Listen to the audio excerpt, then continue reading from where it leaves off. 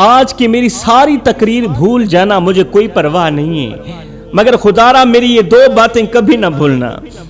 وہ 2 باتیں یہ ہیں کہ یہ جو سانسیں ہیں، یہ زندگی ہے، یہ میرے اللہ کا عطیہ ہے، اللہ کی طرف سے دیا گیا یہ ایک تحفہ ہے، اور تحفہ کبھی ضائع نہیں کیا جاتا، تحفے کو سنبھالا جاتا ہے، اسے سجایا جاتا ہے، اسے شکر کے ساتھ گزارا جاتا ہے، کیونکہ جو ان سانسوں کی قدر نہیں کرتا، جو اپنی قیمتی زندگی کی قدر نہیں کرتا، وہ جینے کا حق ادا نہیں کر پاتا۔ مگر یاد رکھو میری دوسری بات، موت بھی اللہ کا اٹل فیصلہ ہے، رب کا طے شدہ نظام ہے موت۔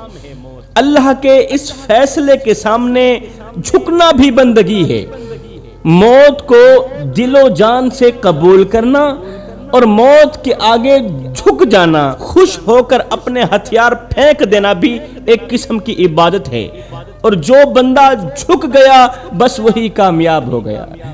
اللہ کے فیصلے کے سامنے سر جھکانے والا بندہ کبھی رسوا نہیں ہوتا۔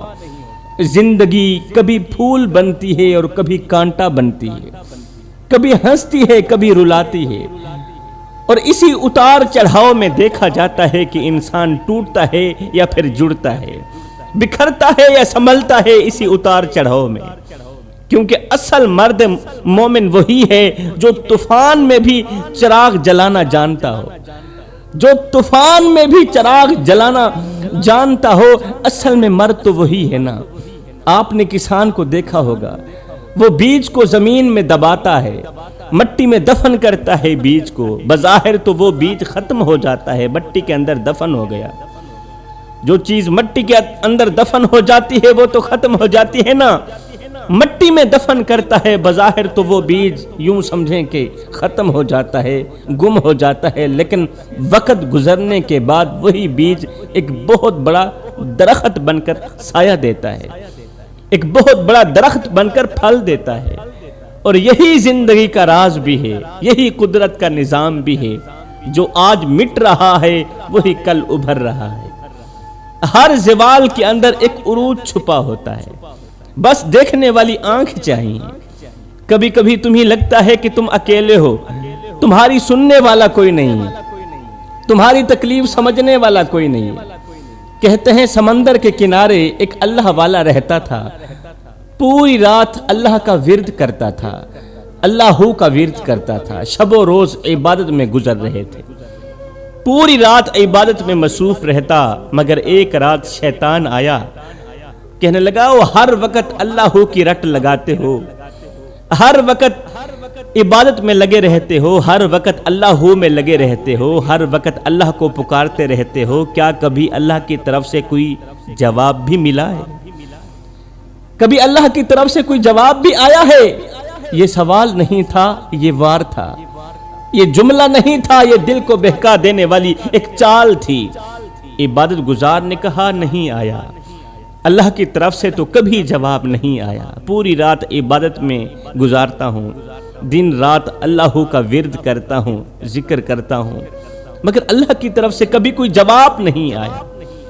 شیطان نے ساتھ ہی دوسرا وار کر دیا، کہا پھر اس قدر گریہ وزاری کرنے کا کیا فائدہ، اس قدر رونے کا، اس قدر جاگنے کا کیا فائدہ؟ اور جب رب کی طرف سے کوئی جواب ہی نہیں ملتا پھر اس قدر رونے کا کیا فائدہ ہے؟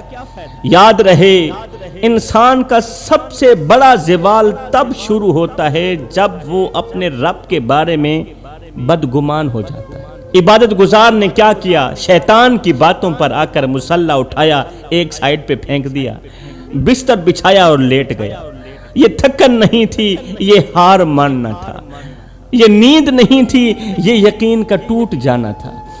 اب عبادت گزار سویا ہوا ہے، شیطان کی باتوں پر آ کر اسی رات خواب میں حضرت خضر علیہ السلام تشریف لائے، خضر علیہ السلام تشریف لائے، فرمایا اے اللہ والے، سنا ہے آج کل تو نے اپنے رب سے دوستی ختم کر رکھی ہے، دوستی ختم کر دی ہے۔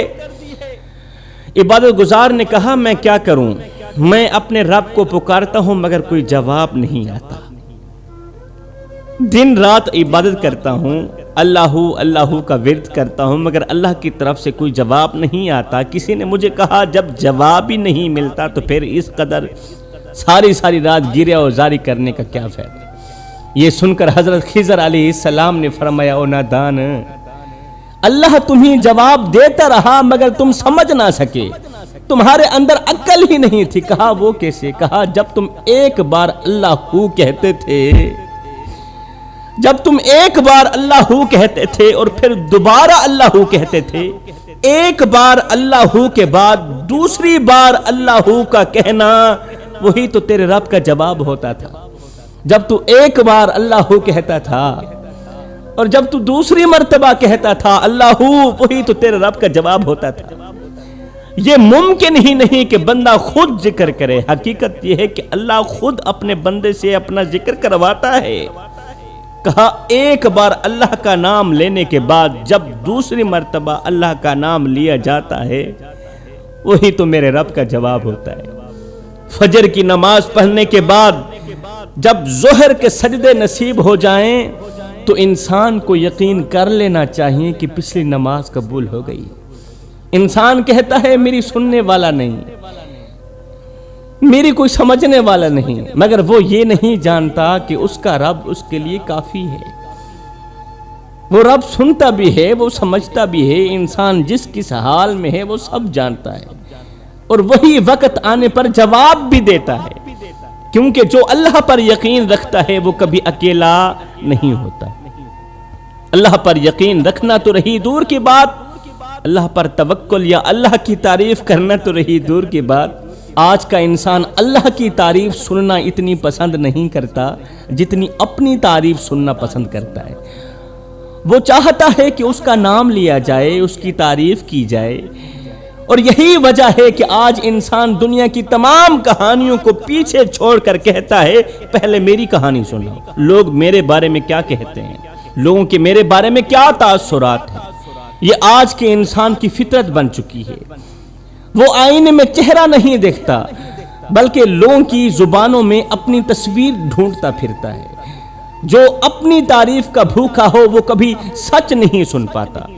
جو شخص اپنی تعریف کا بھوکا ہے نا وہ کبھی بھی سچ نہیں سن پاتا. سچ اسے کڑوا لگتا ہے. پھر یہ انسان کسی ایسے شخص کو ڈھونڈتا ہے جو اسے خبر دے کہ لوگ تمہارے بارے میں کیا کیا کہتے ہیں. اگر لوگ اس کے بارے میں اچھا کہتے ہیں پھر تو ٹھیک ہے، اور اگر لوگ برا کہتے ہیں تو بجائے اپنی اصلاح کرنے کے انسان کہتا ہے دیکھا ہے بھائی میں نے تو لوگوں کے لیے کبھی برا نہیں سوچا، نہ جانے لوگ میرے بارے میں کیوں برا سوچتے ہیں، مجھے کیوں برا کہتے ہیں. میرے بھائیو یہی وہ مقام ہے جہاں انسان اپنے معیار سے گر جاتا ہے. رب کی تعریف چھوڑ کر مخلوق کی تعریف کا انسان غلام بن جاتا ہے. وہ اللہ کے ذکر سے دور اور لوگوں کی نظر کے بالکل قریب ہو جاتا ہے. اسے سجدے کی تنہائی بھاری لگتی ہے مگر محفلوں کی واہ پیاری لگتی ہے. حضرت سلیمان علیہ السلام کو اتنی عظیم بادشاہت ملی کہ ہوا بھی ان کے حکم کے تابع تھی، جنات بھی تابع تھے. مگر جب انہوں نے چیونٹی کی بات سنی، حضرت سلیمان علیہ السلام نے جب چیونٹی کی بات سنی تو آپ مسکرانے لگے. چیونٹی نے جب کہا تھا نا دوسری چیونٹیوں کو کہ اے چیونٹیوں اپنے بلوں میں داخل ہو جاؤ، کہیں ایسا نہ ہو کہ سلیمان کا لشکر تمہیں کچل نہ دے اور انہیں خبر بھی نہ ہو. کہیں ایسا نہ ہو کہ سلیمان کا لشکر تمہیں کچل دے اور انہیں خبر بھی نہ ہو. چیونٹی نے یہ نہیں کہا کہ سلیمان کا لشکر ظالم ہے، یہ نہیں کہا کہ ہمیں جان بوجھ کر مار دیں گے، بلکہ یہ کہا کہ انہیں خبر بھی نہیں ہوگی اور ہم کچلے جائیں گے. چیونٹی کی یہی وہ بات تھی جسے سن کر حضرت سلیمان علیہ السلام مسکرانے لگے. مسکرا کر اللہ کا شکر ادا کرنے لگے کہ یا اللہ چیونٹیاں بھی گواہی دیتی ہیں کہ میرا لشکر طاقتور ہے مگر ظالم نہیں ہے. میرا لشکر طاقتور ہے مگر ظالم نہیں. تو سلیمان علیہ السلام اتنی بڑی ہستی، اتنے بڑے بادشاہ، کبھی نہیں کہا کہ دیکھو میں کتنا بڑا بادشاہ ہوں، بلکہ کہا کہ یہ سب میرے رب کا فضل ہے. ھذا من فضل ربی. پیچھے سلطنت کی شان تھی، آگے بندگی کی پہچان تھی. اور وہ ہر حال میں اپنے رب کے سامنے جھکے رہتے تھے۔ حضرت سلیمان علیہ السلام، یاد رہے جو نعمت کو اپنا کمال سمجھے وہ گمراہ ہو جاتا ہے۔ آج کا انسان چاہتا ہے کہ لوگ اسے بڑا کہیں، مگر وہ یہ نہیں چاہتا کہ وہ خود رب کے سامنے جھکے۔ وہ چاہتا ہے دنیا اس کی تعریف کرے، مگر وہ یہ نہیں چاہتا کہ اللہ اس سے راضی ہو۔ اللہ راضی ہو نہ ہو اسے کوئی پرواہ نہیں ہے، مگر لوگ تعریف کریں۔ اس لیے اپنے دل کو بدلو میرے بھائیو، اپنی چاہتوں کو بدلو، اپنی سمت کو بدلو، کیونکہ جو بندہ صرف اپنی تعریف میں جیتا ہے وہ اندر سے مر جاتا ہے، اور جو اللہ کی تعریف میں جیتا ہے وہی ہمیشہ زندہ رہتا ہے۔ یہی آج کے معاشرے کی تلخ حقیقت ہے، اور یہی وہ سچ ہے جسے سمجھنے والا کوئی نہیں ہے۔ آج کا ہر دوسرا انسان جھگاڑ کے چکروں میں کہتا ہے کوئی ایسا طریقہ مل جائے کہ 2 دن کے اندر اندر امیر بن جاؤں، پیسے کی ریل پیل ہو جائے اور لوگ میری مثالیں دیں، مگر وہ یہ بھول جاتا ہے کہ جو چیز جلدی ملتی ہے وہ دل کو بھی اتنا جلدی اجاڑ دیتی ہے، وہ دل کو بھی اتنا ہی جلدی خالی کر دیتی ہے۔ انسان شارٹ کٹ ڈھونڈتا ہے، شارٹ کٹ کے چکروں میں ہے، وہ آسان راستہ چاہتا ہے، جیسے کوئی ایسا معجزہ ہو کہ قسمت اس کے لیے کوئی ایسا خفیہ دروازہ کھول دے کہ وہ بغیر محنت کیے سب کچھ پا لے، دنیا میں اپنی مثال قائم کر دے۔ حالانکہ حقیقت یہ ہے کہ قسمت بھی اسی کا ساتھ دیتی ہے جو چلنا جانتا ہو، جو محنت کرنا جانتا ہو۔ رزق آنے کے 2 دروازے ہوتے ہیں، ایک دروازہ حلال کا ہے جس کا نام ہے محنت، اور دوسرا دروازہ حرام کا ہے جس کا نام ہے لالچ۔ مگر آج کا انسان دروازے نہیں دیکھتا، وہ صرف نتیجہ دیکھتا ہے، وہ صرف عروج دیکھتا ہے۔ وہ چاہتا ہے جیب بھر جائے چاہے دل خالی کیوں نہ ہو، جیب بھر جائے چاہے وہ حرام کے راستے سے کیوں نہ آئے، اور یہی وہ مقام ہے جہاں انسان اپنے ہی ہاتھوں خود کو نقصان دے بیٹھتا ہے اور انسان کو پتہ بھی نہیں چلتا۔ کتنے لوگ ہیں جو 2 دن میں امیر ہونے کے خواب دیکھتے دیکھتے سمجھتے ہیں کہ شاید کوئی رات ایسی آئے گی کہ قسمت بدل جائے گی، مگر وہ یہ نہیں سمجھتے کہ اللہ نے دنیا کو محنت اور صبر کے اصول پر قائم کیا ہے، بنایا ہے۔ کتنے لوگ ہیں جو حلال کے راستے کو لمبا اور مشکل سمجھ کر چھوڑ دیتے ہیں اور حرام کی طرف بھاگنے لگتے ہیں، حرام کے قریب پہنچ جاتے ہیں، حالانکہ وہ یہ نہیں جانتے کہ حرام سے آیا ہوا مال بظاہر خوشی دے سکتا ہے، مگر دل کو کبھی سکون نہیں دے سکتا، دل کو کبھی تسکین نہیں دے سکتا۔ میرے بھائیو، کیا تم جانتے ہو کہ گھر میں پریشانیاں اور غربت آنے کی 5 وجوہات ہوتی ہیں، یعنی 5 ایسے گناہ ہوتے ہیں جو آہستہ آہستہ برکت کو اٹھا لیتے ہیں، اور انسان دیکھتا رہ جاتا ہے کہ سب کچھ ہوتے ہوئے بھی کچھ بھی نہیں بچا۔ انسان سمجھتا ہے کہ میرا گھر مال سے بھر رہا ہے، مگر حقیقت یہ ہے کہ گھر وبال سے بھر رہا ہوتا ہے۔ باہر روشنی تھی مگر اندر اندھیرا تھا۔ انسان خود کو امیر سمجھ رہا تھا مگر قسمت اسے خالی لکھ رہی تھی۔ پہلا گناہ تو وہی ہے نا کہ لوگ چاہتے ہیں حرام کے راستے سے رزق آئے، مال آئے، دولت آئے۔ وہ سمجھتے ہیں جلدی آنے والا پیسہ انہیں اوپر لے جائے گا، مگر وہ نہیں جانتے کہ یہی جلدی آنے والا مال ان کی جڑیں کاٹ کے رکھ دے گا۔ وہ کہتے ہیں بس پیسہ آ جائے چاہے جیسے بھی آئے، مگر حقیقت یہ ہے کہ حرام کا ایک لقمہ پورے گھر کا سکون جلا کر راکھ کر سکتا ہے۔ میرے محترم بھائیو، رزق صرف نوٹوں کا نام نہیں، رزق دل کے سکون کا نام بھی ہے، اور یہی سکون صرف حلال کے راستے سے ہی آ سکتا ہے۔ گھر میں پریشانیاں اور مصیبتیں لانے والا جو دوسرا گناہ بتایا گیا ہے وہ ہے اللہ کے بندوں کا حق مارنا، ساتھ ہی کسی کا دل توڑنا، کسی کی امیدیں چھین لینا۔ یاد رکھو میرے بھائیو، دل جب ٹوٹتا ہے تو آواز زمین پر نہیں رکتی، سیدھا آسمان تک جاتی ہے۔ کتنے لوگ ہیں جو دوسروں کو رلا کر خود ہنسنے کی کوشش کرتے ہیں، مگر وہ نہیں جانتے کہ کسی کی آہ خاموش نہیں رہتی۔ اگر کسی نے تمہارا جینا مشکل بنایا ہے تو کسی اور کے سامنے رونے کے بجائے اپنا معاملہ اللہ پر چھوڑ دو، کیونکہ جب انسانوں کے دروازے بند ہو جاتے ہیں تو اللہ کے دروازے کھل جاتے ہیں۔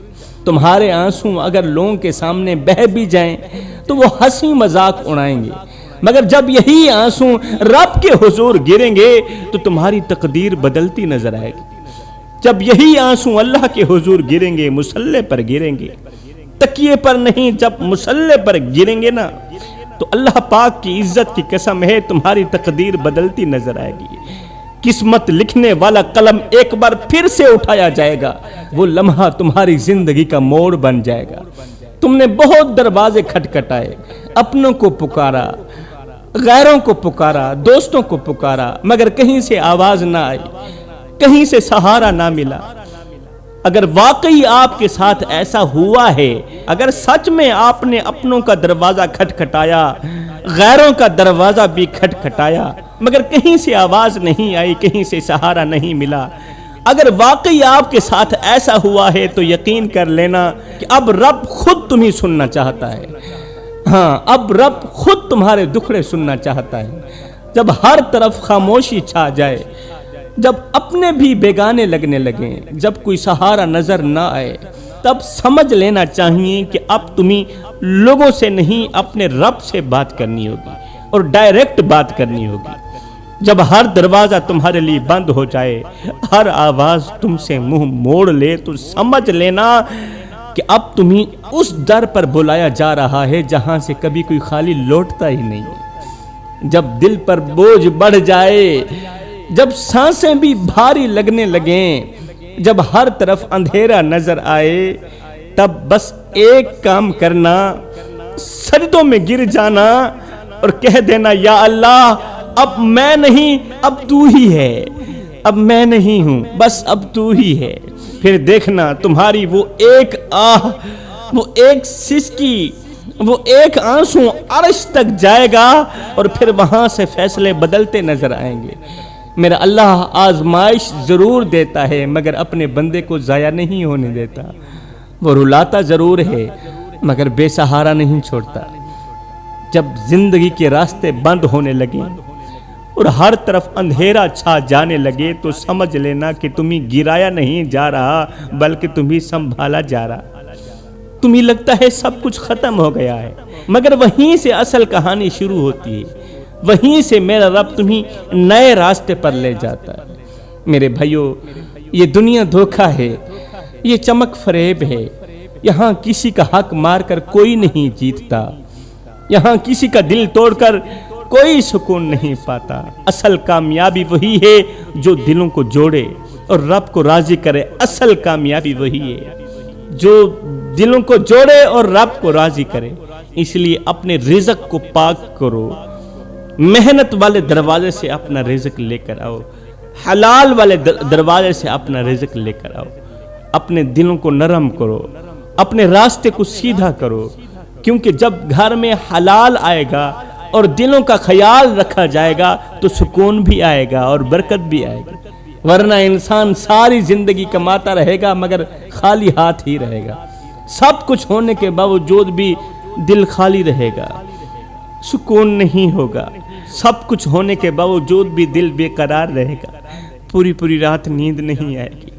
اس لیے میرے بھائیو، حلال کماؤ، حلال کھاؤ، اپنے بچوں کو بھی حلال کی طرف لے جاؤ، بچوں کو محنت کی طرف لے جاؤ، حرام والا راستہ چھوڑ دو۔ یہ زندگی کے لمحے تمہارے اور میرے لیے غنیمت ہے۔ انہی لمحوں میں کچھ کر لو، انہی لمحوں میں کچھ اکٹھا کر لو، انہی لمحوں میں خدا کی یاد اور محبت کے دیے اپنے دل میں جلا لو۔ معلوم نہیں پھر فرصت ملے نہ ملے، معلوم نہیں پھر یہ زندگی کے لمحے گناہ دل پر بوجھ بن جاتے ہیں اور یہی بوجھ زندگی کو عذاب بنا دیتا ہے۔ زندگی میں دکھ اس لیے بھی آتے ہیں کہ اللہ اپنے بندے کو بلند کرنا چاہتا ہے، اللہ اپنے بندے کو مقام دینا چاہتا ہے۔ بعض آزمائشیں سزا نہیں بلکہ ترقی کا ذریعہ بھی ہوتی ہیں، ترقی کا دروازہ بھی ہوتی ہیں۔ جیسے سونا آگ میں جل کر خالص بنتا ہے، ویسے ہی انسان بھی آزمائشوں سے گزر کر مضبوط بنتا ہے، طاقتور بنتا ہے۔ آزمائشوں سے گزر کر، برے وقت سے گزر کر اچھے وقت کی طرف بڑھتا ہے۔ کبھی کبھی انسان خود اپنی زندگی کو عذاب بنا لیتا ہے اپنے ہاتھوں سے۔ انسان کبھی کبھی خود اپنے ہاتھوں سے بھی اپنی زندگی کو عذاب بنا لیتا ہے۔ وہ ماضی کی غلطیوں کو بار بار یاد کرتا رہتا ہے، اپنے آپ کو معاف نہیں کرتا۔ ماضی کی غلطیوں کو بار بار یاد کرنا یہ اس کی زندگی کو عذاب بنا لیتا ہے۔ اپنے آپ کو معاف نہیں کرتا اور مستقبل کے خوف میں جیتا ہے یہ شخص۔ نہ وہ ماضی چھوڑتا ہے، نہ حال کو سنبھالتا ہے اور نہ ہی حالات کو سنبھالتا ہے۔ یہی وجہ ہے کہ اس کی زندگی بے سکونی کا شکار ہو جاتی ہے۔ حالانکہ سکون اس وقت آتا ہے جب انسان اللہ پر مکمل طور پر بھروسہ کر کے آگے قدم اٹھاتا ہے، آگے بڑھتا ہے۔ انسان کی زندگی میں دکھ، پریشانیاں، مصیبتیں اور غربت اس وقت بھی آتی ہیں جب وہ رزق کو صرف اپنی محنت کا نتیجہ سمجھنے لگتا ہے۔ وہ اپنا کمال سمجھتا ہے، کہتا ہے بس میں نے محنت کی تھی، اللہ نے مجھے دے دیا، محنت نہ کرتا تو اللہ نہ دیتا۔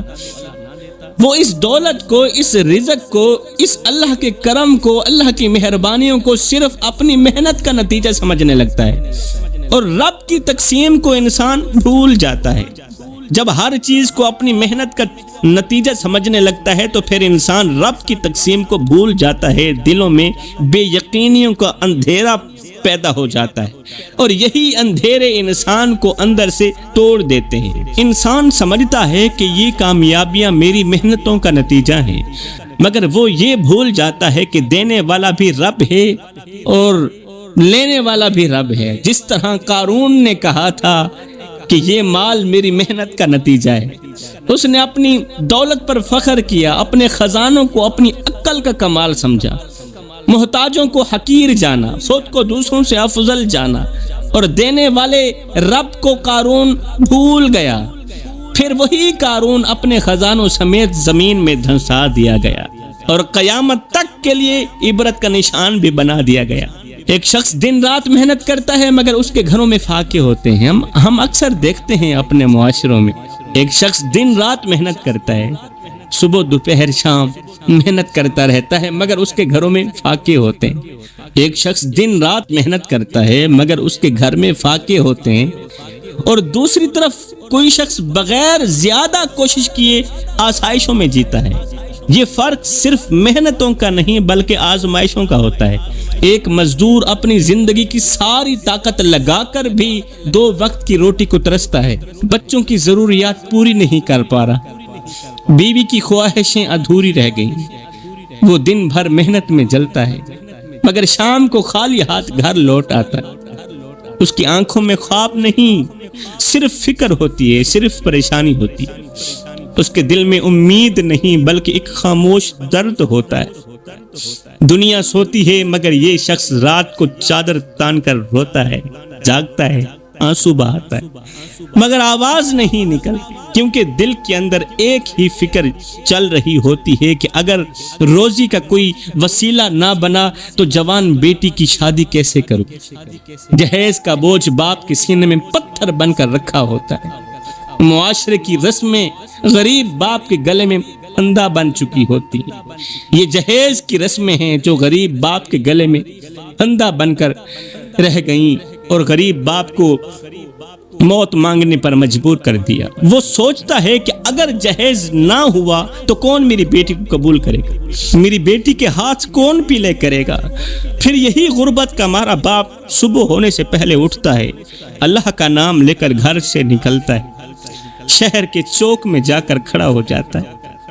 آنکھیں ہر آنے جانے والی گاڑی کو دیکھتی ہیں، دل میں ایک امید ہوتی ہے کہ شاید آج کوئی کام مل جائے، اور جب کسی گاڑی کو اپنی طرف آتے ہوئے دیکھتا ہے تو یہ دوڑ کر اس گاڑی کے پاس چلا جاتا ہے، ہاتھ جوڑ کر کہتا ہے صاحب کون سا کام کروانا ہے، میرا جسم بھی حاضر ہے، میری جان بھی حاضر ہے، بس مجھے خالی ہاتھ واپس نہ بھیجنا، کام کے لیے مجھے ہی لے جانا۔ میرے بھائیو، آپ نے دیکھا ہوگا شہر کے چوکوں میں مزدوروں کی لائنیں لگی ہوتی ہیں، جیسے ہی کوئی گاڑی والا رکتا ہے سب اس کے ارد گرد جمع ہو جاتے ہیں۔ کوئی کہتا ہے میں کام کروں گا، کوئی کہتا ہے مجھے لے جاؤ، کوئی کہتا ہے میں تو دوپہر کا کھانا بھی نہیں کھاتا صاحب، مجھے بھوک بھی نہیں لگتی، میں دوپہر کا کھانا بھی نہیں کھاتا، بس میں پورا دن کام پر ہی توجہ دیتا ہوں۔ میرے بھائیو، جب کوئی مزدور کہہ رہا ہوتا ہے کہ مجھے دوپہر کو بھوک ہی نہیں لگتی، میں کھانے کا بہانہ بنا کر وقت ضائع نہیں کرتا بلکہ سارا دن کام ہی کرتا رہتا ہوں۔ میرے بھائیو، حقیقت میں یہ دل کے زخم چھپانے کے انداز ہوتے ہیں غریبوں کی، یہ بھوک کو چھپانے کی کوشش ہوتی ہے غریب کی۔ اگر اس مزدور کے دل کے اندر جھانک کر کے دیکھا جائے تو پتہ چلے کہ اس کے پیٹ کے اندر کتنی بھوک ہے، اس کے پیٹ کے اندر کتنی خواہشیں دفن ہیں، مگر صرف اس لیے کہ اس کی اولاد بھوکی نہ سوئے، اس کے بچے روٹی مانگ کر نہ رو دیں۔ وہ اپنے حصے کی خوشی قربان کر دیتا ہے مگر بچوں کی آنکھوں میں آنسو نہیں دیکھ سکتا۔ کڑکتی دھوپ میں تتی ریت کے اوپر پسینے کے ساتھ نہاتا ہوا یہ مزدور سوچ رہا ہوتا ہے کہ مجھے کچھ ملے نہ ملے مگر میرے بچوں کو روٹی کا ٹکڑا مل جائے، میری بیوی کو روٹی کا ٹکڑا مل جائے۔ اب ایک طرف یہ غریب ہے جو روزی کے لیے پریشان ہے اور دوسری طرف ایک امیر ہے جو دولتوں کے انبار ہونے کے باوجود بھی سکون کے لیے ترس رہا ہے۔ اللہ تعالیٰ کسی کو دے کر ترساتا ہے اور کسی سے لے کر ترساتا ہے، کسی کو دے کر آزماتا ہے اور کسی سے لے کر آزماتا ہے۔ امیر کے پاس دنیا کی ہر شے موجود ہے، سب کچھ ہے، مگر اس کا دل خالی ہے، دل سیاہ ہوا پڑا ہے، راتوں کو کروٹیں بدلتا ہے، نیند نہیں آتی، سکون نہیں ملتا۔ اس کا مطلب یہ ہوا کہ یہ دنیا انصاف کی جگہ نہیں بلکہ امتحانوں کی جگہ ہے۔ غریب روٹی کے لیے پریشان ہے، امیر سکون کے لیے پریشان ہے، دونوں ہی پریشان ہیں۔ اس لیے تو میرے نبی نے فرمایا تھا یہ دنیا دھوکے کا گھر ہے، یہ مچھر کا پر ہے، یہ مکڑی کا جالا ہے، یہ غدار ہے، یہ مکار ہے، دنیا کے پھندے میں مت آئے۔ حالانکہ اس امیر کے پاس دولت بھی ہے، پیسے کی ریل پیل بھی ہے، پھر بھی راتوں کو کروٹیں بدلتی رہتی ہیں، نیند نہیں آتی، گولیاں کھا کر سوتا ہے۔ یہی وہ حقیقتیں ہیں جو انسان کو جھنجھوڑ دیتی ہیں کہ اصل سکون دولتوں میں نہیں بلکہ اللہ کی رضا میں ہے۔ اگر ہم انبیاء علیہم السلام کی زندگیوں کو دیکھیں تو حضرت یوسف علیہ السلام کی آزمائش انسان کو ہلا کر رکھ دیتی۔ بچپن میں بھائیوں نے حسد میں آ کر کنویں میں پھینک دیا تھا حضرت یوسف علیہ السلام۔ اندھیرا، تنہائی، خوف، سب کچھ تھا مگر اللہ پر یقین ابھی بھی قائم تھا۔ پھر یوسف علیہ السلام کو کنویں سے نکال کر غلام بنا کر بیچا گیا، بازاروں میں قیمت لگائی گئی۔ آج نبی کے بیٹے کی بازار میں بولی لگ رہی تھی، کوئی کہہ رہا تھا لے لو سستا ہے، کوئی کہہ رہا تھا بہت خوبصورت ہے، کوئی یوسف علیہ السلام کو ایک عام غلام سمجھ کر پرکھ رہا تھا۔ ارے یہ وہ ہستی تھی جس کے چہرے پر نبوت کی روشنی تھی۔ لوگ صرف قیمت لگا رہے تھے مگر اس کی اصل قدر صرف میرا اللہ ہی جانتا تھا۔ یوسف کی اصل قیمت تو صرف میرا اللہ ہی جانتا تھا۔ یہ منظر چیخ چیخ کر ہمیں بتاتا تھا کہ دنیا کی نظر ہمیشہ دھوکہ کھاتی ہے، یہاں اصل قیمت نہیں لگتی بلکہ آزمائشوں کے پردے ڈال دیے جاتے ہیں۔ یوسف کی عزت تو چھینی گئی مگر ایمان نہ چھینا جا سکا۔ پھر عزیز مصر کے گھر میں آزمائش آئی، یوسف علیہ السلام پر ایک بہت بڑی آزمائش آئی۔ عزیز مصر کی بیوی زلیخا یوسف علیہ السلام کی محبت میں گرفتار ہو گئی۔ وہ چاہتی تھی کہ کسی نہ کسی طرح اس نوجوان کو قریب سے دیکھوں۔ آج زلیخا نے دروازے بند کر دی کیونکہ وہ بادشاہ کی بیوی تھی۔ زلیخا نے دروازے بند کر دیے، گناہ کی طرف بلایا یوسف کو۔ زلیخا یوسف کے پیچھے بھاگنے لگی، ادھر آؤ گناہ کریں۔ یوسف آگے کو بھاگتے جا رہے ہیں، زلیخا یوسف کے پیچھے پیچھے بھاگتی جا رہی ہے۔ میرے کریم نبی نے فرمایا کہ اس وقت یوسف علیہ السلام کے دل سے ایک آواز نکلی، اے اللہ میں تیری پناہ چاہتا ہوں، مجھے اپنی رحمت کی آغوش میں چھپا لینا، میں اس گناہ سے بچنا چاہتا ہوں۔ ہر طرف خاموشی تھی، دروازے بند تھے، نفس بھڑکا رہا تھا مگر دل رب کو یاد کر رہا تھا۔ نفس بھڑکا رہا تھا مگر دل رب کو یاد کر رہا تھا۔ یوسف علیہ السلام جانتے تھے کہ یہ لمحہ اگر پھسل گیا تو سب کچھ ختم ہو جائے گا، اس لیے انہوں نے گناہ کے قریب جانے کے بجائے اللہ کی طرف بھاگنا شروع کر دیا، اللہ کی طرف بھاگنا پسند کر دیا۔ اور یہی وہ فیصلہ تھا جس نے ایک غلام کو عزت کے تخت پر بٹھا دیا۔ پھر حضرت یوسف علیہ السلام پر جھوٹا الزام لگا کر اسے قید خانے میں ڈال دیا گیا۔ قید کی سلاخوں کے پیچھے حضرت یوسف علیہ السلام اپنے بوڑھے باپ حضرت یعقوب علیہ السلام کو بہت یاد کرتے تھے۔ قید کی سلاخوں کے پیچھے یوسف اپنے بوڑھے باپ حضرت یعقوب علیہ السلام کو بہت یاد کرتا تھا۔ درد بھرے انداز میں یوسف کہتے تھے، اے میرے بابا، نہ جانے آپ کس حال میں ہوں گے، آپ کی آنکھیں مجھے ڈھونڈتی ہوں گی، آپ کا دل میرے غم میں رو رہا ہو، میں یہاں تنہائیوں میں قید ہوں، دیواریں خاموش ہیں، سلاخیں سرد ہیں، مگر دل میں آپ کی یاد ابھی بھی زندہ ہے۔ یہاں نہ کوئی اپنا ہے، نہ کوئی سہارا ہے، بس رب ہی ہے جو میرا حال جانتا ہے، اور وہی رب ایک نہ ایک دن مجھے اس اندھیرے سے ضرور نکالے گا۔ مجھے رب پر یقین ہے۔ اب ادھر سے قید کی سلاخوں کے پیچھے بیٹھ کر حضرت یوسف علیہ السلام اپنے بوڑھے باپ کو یاد کرتے تھے، ادھر سے کنعان کی سرزمین پر بیٹھے حضرت یعقوب علیہ السلام اچانک رو پڑتے تھے۔ عین اسی لمحے روتے جب ادھر سے بیٹا یاد کرتا، بیٹا باپ کو یاد کرتا، اور ادھر سے باپ بیٹے کو یاد کرتا۔ آپ اچانک رو پڑتے اور کہتے، آج مجھے کیوں لگ رہا ہے کہ میرا بیٹا یوسف مجھے یاد کر رہا ہے، آج مجھے کیوں لگ رہا ہے میرا بیٹا یوسف مجھے یاد کر رہا ہے۔ یہ ہوتی ہے باپ کی محبت، یہ ہوتا ہے دلوں کا وہ رشتہ جسے فاصلے بھی نہیں توڑ سکتے۔ ایک طرف بیٹا قید کی تنہائیوں میں تڑپ رہا ہے، اور دوسری طرف باپ دور بیٹھ کر اس کے درد کو محسوس کر رہا ہے۔ آنکھوں سے آنسو بہ رہے ہیں، دل بے چین ہے، مگر امید ابھی بھی زندہ ہے کہ ایک دن میرا یوسف مجھے ضرور ملے گا۔ یہ تھا اللہ پر یقین۔ سالوں کی سختیاں، بے بسی، نہ کوئی سہارا، نہ کوئی اپنا، نہ کوئی پرایا، مگر یوسف علیہ السلام کی زبان پر شکوہ نہ آیا۔ پھر جب اللہ کا خاص کرم ہوا تو وہی قید خانہ یوسف علیہ السلام کی عزت کا راستہ بنا، اور وہی غلام ایک دن مصر کے خزانوں کا مالک بنا دیا گیا، مصر کے تخت کا بادشاہ بنا دیا گیا۔ ایک طرف آج کا انسان ہے جو معمولی مشکل پر ٹوٹ جاتا ہے، رونے لگتا ہے، اور دوسری طرف وہ نبی ہے جو آزمائشوں کے پہاڑ تلے بھی صبر کے ساتھ کھڑا رہتا ہے۔ یہاں پر شکوہ کرنے والے بھائیوں کے لیے ایک بہترین سا سبق ہے کہ دکھ اور پریشانیاں اس لیے نہیں آتی کہ انسان کو ختم ہی کر دیں، بلکہ اس لیے آتی ہیں کہ اسے اپنے رب کی طرف جھکا دیں۔ آزمائشیں آتی ہیں اس لیے کہ انسان کو ترقی کی طرف لے جایا جائے۔ اور سنو میرے بھائیو، انسان کی زندگی میں دکھ، پریشانیاں، مصیبتیں اور غربت اس وقت بھی آتی ہیں جب انسان اپنے رشتوں کی قدر کھو دیتا ہے اور دل توڑنے کو معمولی سمجھنے لگتا ہے۔ انسان سمجھتا ہے کہ لفظوں کی چوٹ کچھ نہیں ہوتی، مگر یہی جملے، یہی رویے، یہی لفظوں کی سختیاں دلوں کو زخمی کر دیتی۔ ارے نادان انسان، دل کوئی عام چیز نہیں ہے، یہ وہ نازک امانت ہے جسے ٹوٹنے میں ایک لمحہ لگتا ہے مگر جڑنے میں ساری زندگی لگ جاتی ہے۔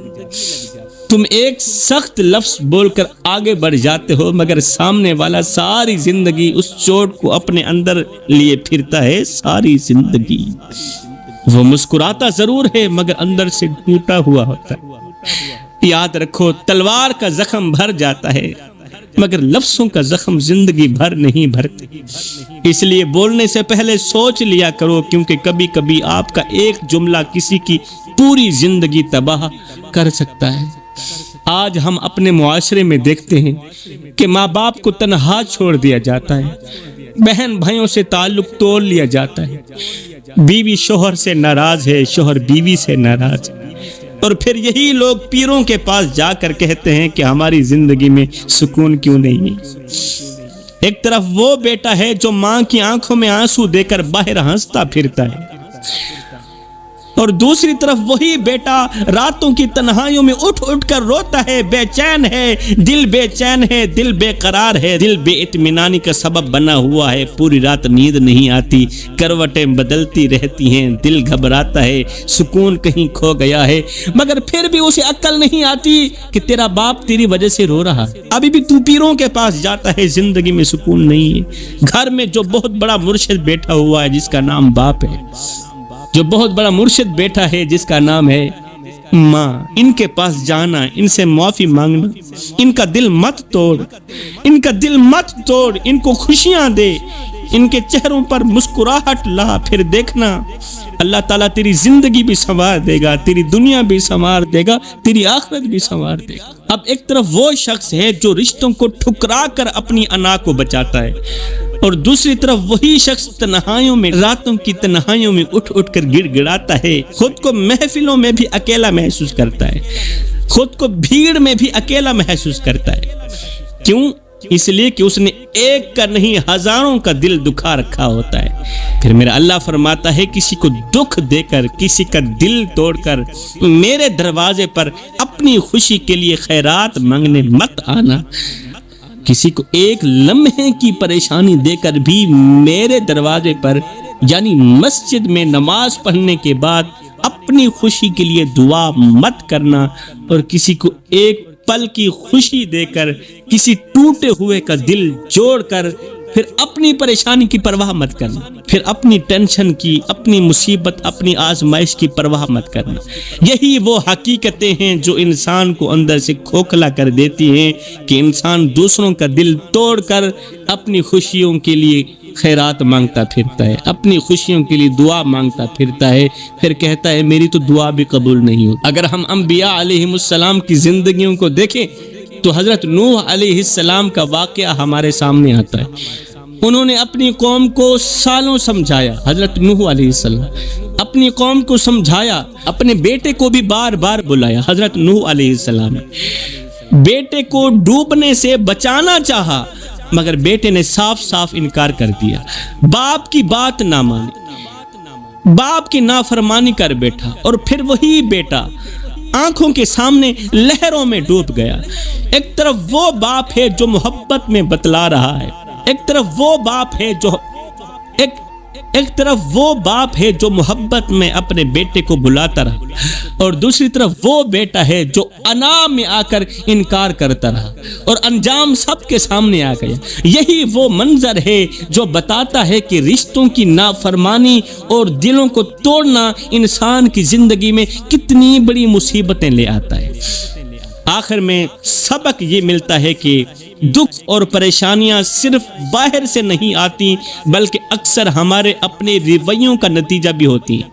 اگر انسان رشتوں کی قدر کرنا سیکھ لے، دلوں کو جوڑنا سیکھ لے، معاف کرنا سیکھ لے، تو یہی زندگی سکون میں بدل سکتی ہے، یہی پریشانیاں خوشیوں میں بدل سکتی ہیں۔ میرے محترم بھائیو، انسان کی زندگی میں دکھ، پریشانیاں، مصیبتیں اور غربت اس وقت بھی آتی ہیں جب وہ صبر کا دامن چھوڑ دیتا ہے، اور جلد بازیوں میں انسان فیصلے کرنے لگتا ہے۔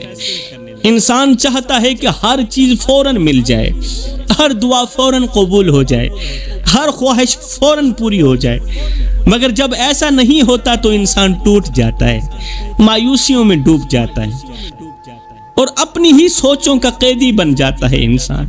آج ہم اپنے معاشرے میں دیکھتے ہیں کہ ایک نوجوان چھوٹی سی رکاوٹ پر راستہ بدل دیتا ہے، اور پھر کہتا ہے میری زندگی میں سکون کیوں نہیں آتا۔ چھوٹی سی رکاوٹ پر اپنا راستہ بدل دیتا ہے، کامیابی کی طرف جاتا ہی نہیں ہے، اللہ کے راستے کی طرف جاتا ہی نہیں ہے، کہتا ہے نماز پڑھنا مشکل کام ہے۔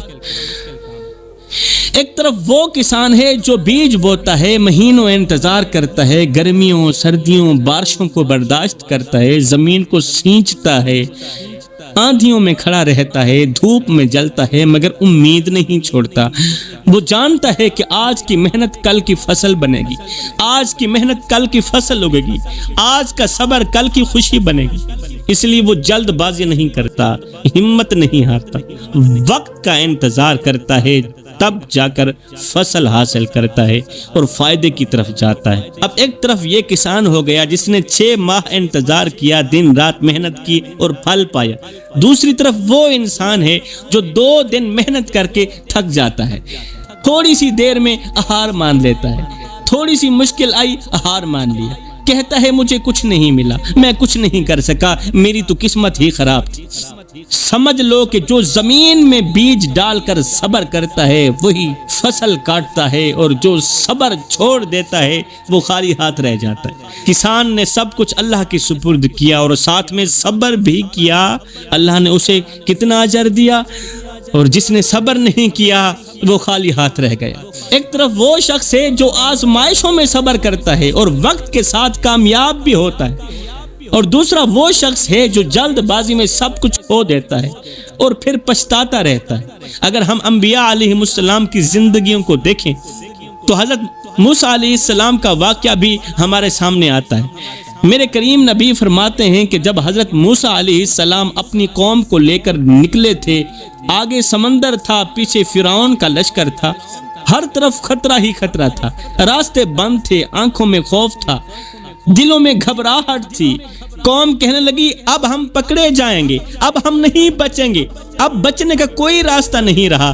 مگر اسی لمحے موسیٰ علیہ السلام نے یقین سے فرمایا، سب کو فرمایا نہیں، میرا رب میرے ساتھ ہے اور وہی راستہ نکالے گا۔ یقین تھا میرا رب میرے ساتھ ہے اور وہی رب راستہ نکالے گا۔ پھر اللہ کا حکم آیا، لاٹھی ماری گئی اور وہی سمندر 2 حصوں میں تقسیم ہو گیا، درمیان میں ایک بہت بڑا کارپیٹ روڈ بچ گیا، راستہ بن گیا، لوگ گزر گئے اور فرعون اپنے لشکر سمیت وہیں ڈوب گیا۔ یہی وہ لمحہ تھا جو سکھاتا ہے کہ جب انسان ہر طرف سے گر جائے، راستے بند ہو جائیں، تب بھی اللہ پر یقین رکھنا چاہیے، کیونکہ وہی رب بند راستوں میں راستہ پیدا کرتا ہے۔ کسان کو اگر اللہ پر یقین نہ ہوتا، کسان کبھی بھی کامیاب نہ ہوتا۔ یہ پہلے اللہ پر یقین رکھتا ہے اور پھر جا کر دانا زمین پر ڈالتا ہے۔ ایک طرف وہ انسان ہے جو تھوڑی سی مشکل دیکھ کر ڈر جاتا ہے، سہم جاتا ہے، اور دوسری طرف وہ نبی ہے جو مشکل میں بھی اللہ پر یقین رکھتا ہے۔ اب آپ جان چکے ہوں گے کہ دکھ اور پریشانیاں اکثر اس لیے بڑھتی ہیں کیونکہ ہم صبر نہیں کرتے۔ اگر انسان صبر کو اپنا لے، جلد بازی چھوڑ دے اور اللہ پر یقین رکھے تو یہی مشکلات آسانیوں میں بدل جاتی ہیں، ورنہ یہی جلد بازی انسان کی زندگی کو عذاب بنا دیتی۔ تو انسان کی زندگی میں دکھ، پریشانیاں اور مصیبتیں اس وقت بھی آتی ہیں جب اس کے اپنے گھر میں ہر وقت اس کی بیوی روتی رہتی ہے۔ جس گھر میں بیوی روتی ہو اس گھر میں رحمت کے فرشتے نہیں آتے میرے بھائیوں۔ انسان کی زندگی میں دکھ، پریشانیاں اور مصیبتیں اس وقت بھی آتی ہیں جب اس کے اپنے گھر میں ہر وقت اس کی بیوی روتی رہتی، جب گھر کی دیواریں آنسوں کی گواہ بن جاتی اور دلوں میں خاموش چیخیں گونجتی رہتی ہیں۔ انسان سمجھتا ہے کہ یہ تو معمولی بات ہے، 2 لفظ سخت بول دیے تو کیا ہو گیا، تھوڑا سا غصہ کر لیا تو کیا ہو گیا، مگر وہ یہ نہیں جانتا کہ یہی رویے ایک گھر کا سکون چھین لیتے ہیں۔ ایک طرف وہ عورت ہے جو دن بھر گھر سنبھالتی ہے، شوہر کی خدمت کرتی ہے، بچوں کی پرورش کرتی ہے، مگر رات کو تنہائی میں وہ شوہر کی بدسلوکی کی وجہ سے آنسو بہاتی ہے، بستر اوڑھ کر روتی ہے، چادر تان کر روتی ہے۔ ایسے لوگوں کے بارے میں حضرت سیدنا علی المرتضیٰ شیر خدا کرم اللہ وجہ الکریم نے فرمایا کہ جس گھر میں بیوی روتی ہو اس گھر میں رہنے والے بچوں کا مستقبل ان کا باپ اپنے ہاتھوں سے تباہ کر دیتا ہے۔ باپ کے ہاتھوں سے بچوں کا مستقبل تباہ ہو گیا، ایک بیوی کے رونے کی وجہ سے، بیوی کے ساتھ کی گئی بدسلوکی کی وجہ سے۔ میرے بھائیوں، یہ آنسو صرف ایک عورت کے نہیں ہوتے، یہ بچوں کی خوشیوں کے آنسو بھی ہوتے ہیں، یہ آنسو آنے والے کل کے بکھرنے کی علامت بھی ہوتے ہیں۔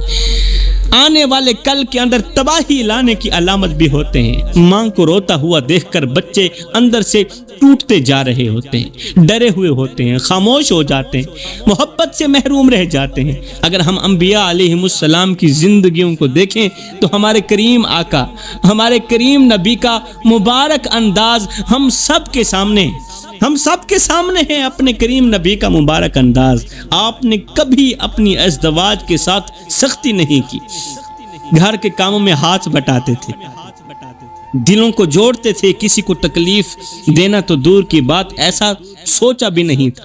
قسم ہے اللہ پاک کی، وہی وہ کردار تھا جس نے آج میرے اور آپ کے گھروں کو جنت کا ٹکڑا بنا رکھا، اور یہی وہ سبق ہے جو آج ہر شوہر کو سیکھنا چاہیے کہ ہر گھر محبت سے بنتے ہیں، سختیوں سے تو گھر بکھر جاتے ہیں، گھر محبت سے بنتے ہیں، تلخ لہجوں سے گھر بکھر جاتے ہیں، ٹوٹ جاتے ہیں۔